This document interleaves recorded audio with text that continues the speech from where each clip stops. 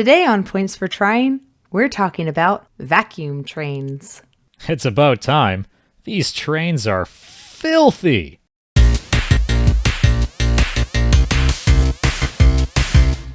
Hey everyone, welcome back to Points for Tryin. I'm Brandon. And I'm Jessica.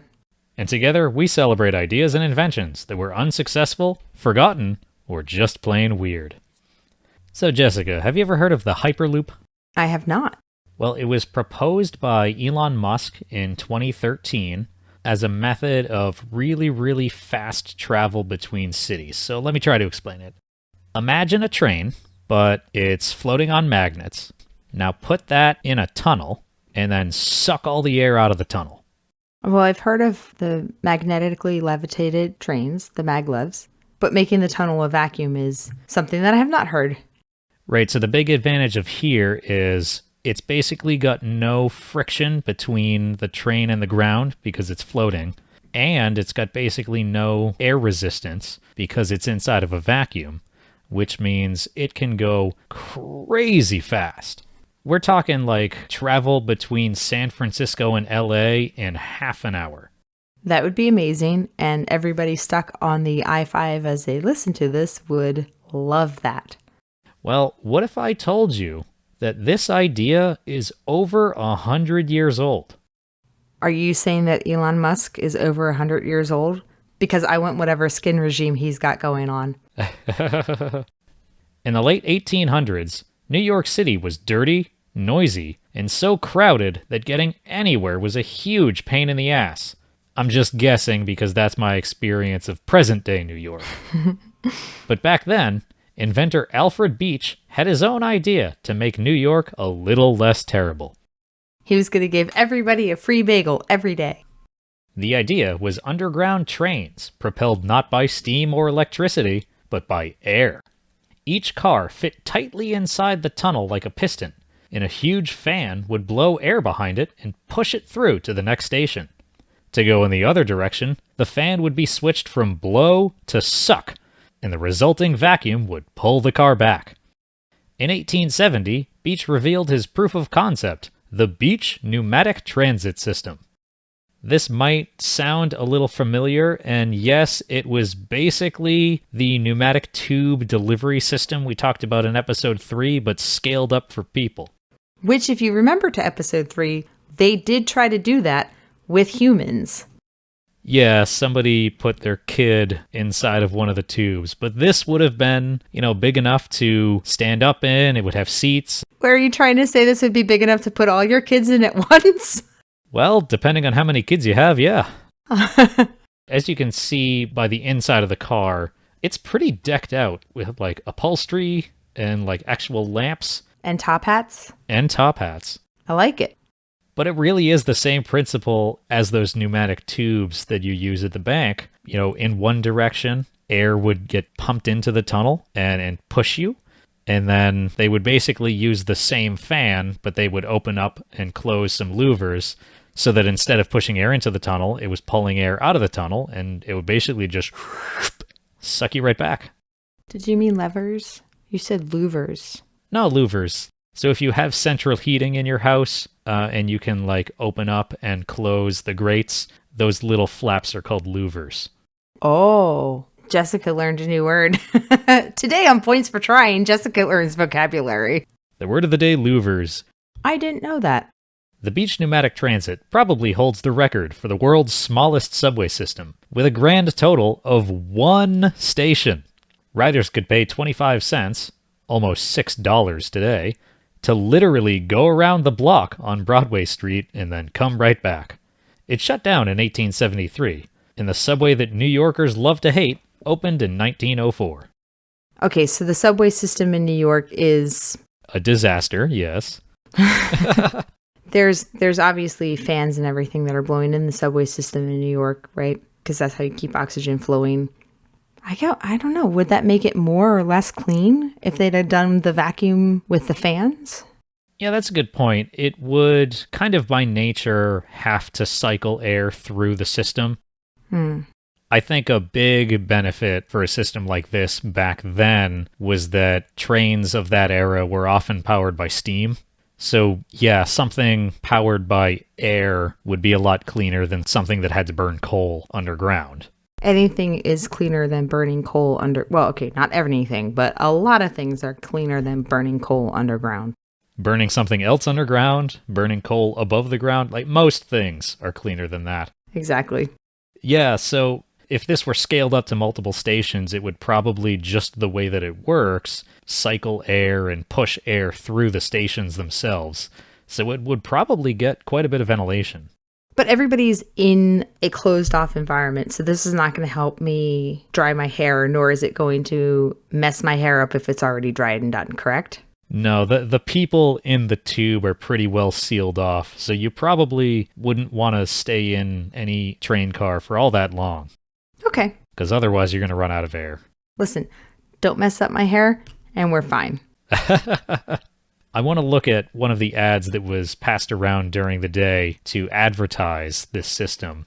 It's a pretty standard newspaper page from the day, but in the bottom it says, "After reading, show this to your friends." And I'm wondering if that's the first recorded instance of like, share, and subscribe. I bet you won't copy and paste this onto your wall. I gotta say, it looks like Alfred Beach has a world record, the world's shortest subway system. I want to come for his crown, and I've got an idea. How short is the subway system? It was literally only one stop, and it literally started on Warren Street, rounded the corner, and then just came back. I've seen some subterranean transportation methods in some pretty small cities that essentially are one stop. So that's why I'm like, oh, well, yeah, one stop's not that big of a deal for me. But what's the distance if it was just around the corner and back? Okay, I got that. That's actually a small stop. Jess, I'm not sure it's literally one station. Like, you can't go anywhere else. Like, there was no second stop. It's not like you can only go from one place to the other. You literally have to leave out of the same station that you came in. Oh! Yeah, okay. No, I was legit being like, yeah, just one other station. No, one station. One stop means you get in at Warren Street. And you get out at Warren Street. Yeah. It's more like a Disneyland ride then. Yeah. Okay. This was a proof of concept, and there were plans to build it out more. And actually, to bring it back to the pneumatic tubes we talked about earlier, Mr. Beach actually got permission to build this part of the system by falsely claiming that it was going to be a vacuum tube mail delivery system. And then he just built a giant tunnel instead. Oh, wow. That really does harken back to episode 3. Right? But back to beating his world record. I want to make a zero-stop system. Okay, how?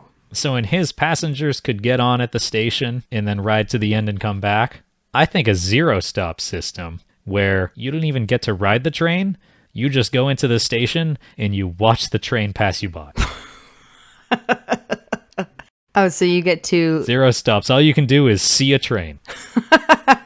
You know, that's always my fear when I'm running late to the metro and I look like, oh, am I going to make it? Am I going to make it in time? I'm only parking the car and I've got 3 minutes to spare. Can I get in? No. The answer is usually no. Well, we are going to take a short break to hear from our sponsors, but afterwards, we will talk about another vacuum train.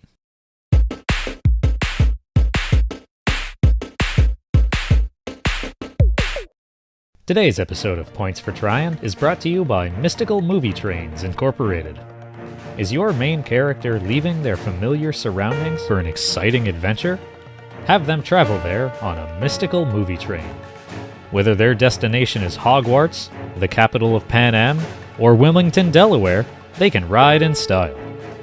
And time on the train isn't wasted. Your characters will have ample opportunity to talk about the movie's theme and foreshadow events in the second act.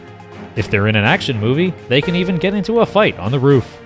Use offer code SNOWPIERCER and get a free exterior shot of the train crossing the countryside. Mystical Movie Trains. It's not the destination, it's the journey.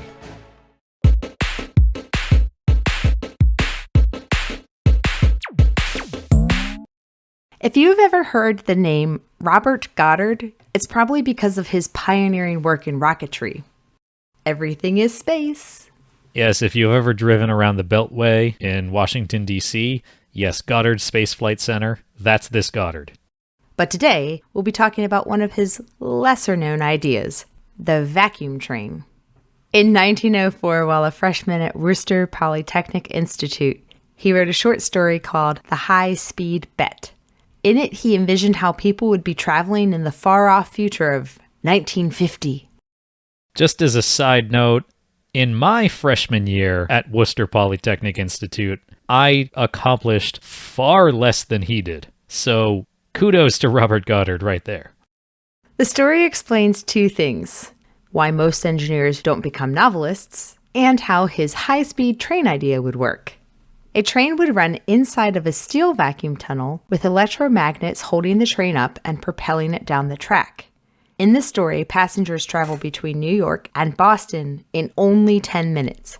In 1950s terms, that's enough time to sing Rock Around the Clock 5 times, or smoke 2 cigarettes. And you probably could smoke on a train back then. You absolutely could smoke on a train. The high-speed bet, it actually is kind of a fun story. It's one of those old-timey sci-fi stories where the basic plot is, let me show you around this place and explain to you how everything works. And it's kind of fun. And if you'd like to listen to it, I did record a special episode of me narrating the high-speed bet in its entirety. I am here for it. Hey, so Brandon, how about you talk to us about his version of sealing up the car? So to get people in and out of the train without the tunnel itself filling up with air, they would actually clamp the train to the side of the tunnel and then run electricity through it so that it got soldered to the side of the tunnel, and only then would they open up the door. And then when it's time to push off and actually move the train, they run the electricity through it again and unstick the train. All right, I am not an engineer. However, I have soldered electrical components in my life. And I gotta tell you, there's only so many times that you can solder and unsolder something before you just have to say, to heck with it, and start fresh with new wires. So this feels like there was a short lifespan for this before you had to say, to heck with it, and throw it all out. Yeah, I think at the bare minimum, you'd have to replace the solder every now and then. Because the way he describes it is there's a little bit of solder running around the door. And I'm not an expert in soldering or material, so I don't know if this is true. But he says that since the train is colder than the tunnel, that the solder would stick to the colder metal and it would stay attached to the train. I don't think I've soldered enough to have an opinion on that one. You know, they didn't really have the technology to create airtight seals back then, so well, if we need something to be airtight, let's just weld it together and then cut it open. Fascinating. What about the seats? I also like how he dealt with this because he realized that the real speed limit for a train like this, if it has basically no air resistance and no friction, is how much acceleration people can handle. He assumed that people wouldn't want to accelerate in more than 1G.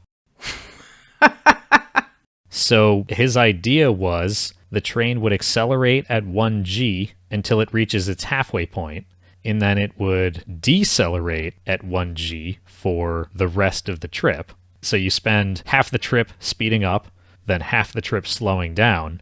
But the real cool thing is that your seats would be facing forward when you're speeding up, and then they would flip around when you're slowing down, so you would still get pushed into the seats. As someone who not infrequently gets motion sick, that sounds awful. Think about a car ride where for half the ride, you've got your foot on the gas pedal and you're accelerating as fast as you can. And then for the second half of the ride, you've slammed on the brakes. I have been in those car rides. Unfortunately, those half the rides aren't one half and then the other half. It's 50 seconds and 50 seconds at a time. It's awful. So it might be a little better if you just just once. Just once. Yeah, actually, true. Goddard didn't live to see 1950, and its disappointingly slow trains. But that year, his idea for the vacuum tube transportation system was finally granted a patent. He's considered by many to be the father of modern rocketry, but to us, he'll always be the drunk uncle of high-speed trains. Robert Goddard, I mean, what couldn't he do? He was an absolute pioneer in rocketry, but also spent some time underground. This reminds me of Michael Jordan switching over from basketball to baseball. Goddard should have stuck with rocketry. Michael Jordan should have stuck with basketball. Yeah, he was kind of the reverse Michael Jordan because this actually came before most of his work in rocketry, I believe. Fascinating. All right, question. How would you improve this? So I was thinking that the principle behind this is basically getting rid of air resistance. A huge portion of the energy that vehicles use is getting past air resistance, is, pushing against the air, especially when they go really fast. So what if we took that train and instead of pumped all the air out, we just raised it high up enough in the air to where the air is really thin? That's an idea. Hear me out. Are you about to say that that's an airplane? No. Because that's what I was going for. I was thinking about how Jessica would improve on it. All right. So, the initial patent has this bead, this solder, right? Yeah. In order to prevent the seepage of the vacuum. Mm-hmm. What I would do is I would have essentially doors. So the tunnel, when all the doors are closed, is a vacuum. When the train arrives at the station, a wall comes down in front of it, a wall comes down behind it. So that maintains its vacuum. And then the doors open and it's at the station. Those doors open, it loses its vacuum seal there, right? People get off, they get on, close everything back up, suction all the air out, ergo vacuum. Now the other doors on the front and back raise and it's still a vacuum, and then you go again. So kind of like an airlock. Yes. Thank you. That is the word I was looking for. Everything is space! Drink! I didn't even give you that idea. You just brought up the topic of things that happen in space all on your own. If it ain't space, it ain't crap. If it ain't space, I'm throwing it back in your face. I like it. All right, it's that time again. Do they get points for trying? Brandon, let's start with the pneumatic transit. Well, right off the bat, the beach pneumatic transit gets 1 point for it being named after himself. That's a flex right there. Always. And a half a point for being something called the beach pneumatic transit that never went anywhere near a beach. Oh, the irony of it all. It took more research than I would like to admit before I realized that it wasn't going towards a beach. Not even Coney Island. In my opinion, it gets a point for being a proof of concept, because not everything that is patented is functional or actually gets proved beyond a reasonable doubt as a proof of concept. So I like that. Also, if it's a war of the trains, I'm going to give it a half a point for not using soldering as its method to stop the train. Oof. Didn't use any solder, so it only gets half a point. All right, back train. So I have to give it a point for representing WPI, my alma mater. Obviously. Let's go Crimson and Gray. And I'd give it a point for kind of being the precursor to maglev trains. We don't have true vacuum trains, but we do have maglev trains. And this was one of the first ideas to make trains float on magnets. That gives you 1/2 point, but for me, that's actually a full point, because that is amazing, especially given the time frame that it was in. But he never did a proof of concept. He never actually brought it to fruition. So I can't give him any points for being a proof of concept. So I think it's just the one. Okay, well, we actually do have to hand out style points for this episode. We do. Each train will get 1 point per stop it had. So the pneumatic transit system gets 1. And Robert Goddard's vac train was traveling between Boston and New York, so it had 2 stops. But it never actually came to fruition. The other one actually had a stop. Okay, so they're worth half as much because they weren't real stops, Well, it gets 2 half points, I guess, which means we're back where we started, aren't we? Okay, what I think we have so far is 4 points for the Beach Pneumatic Transit and 3.5 for Robert Goddard's back train. I know you were trying to get the win for your alma mater. This is like every homecoming game I've ever been to. We're just 1 point away from victory. Oh, goodness. Okay, so Beach Pneumatic Transit for the win this go around. But, maybe you can invent something amazing and then you could get the win for your school. And that's all for today. Thanks for listening. And as always, if at first you don't succeed, tell us about it.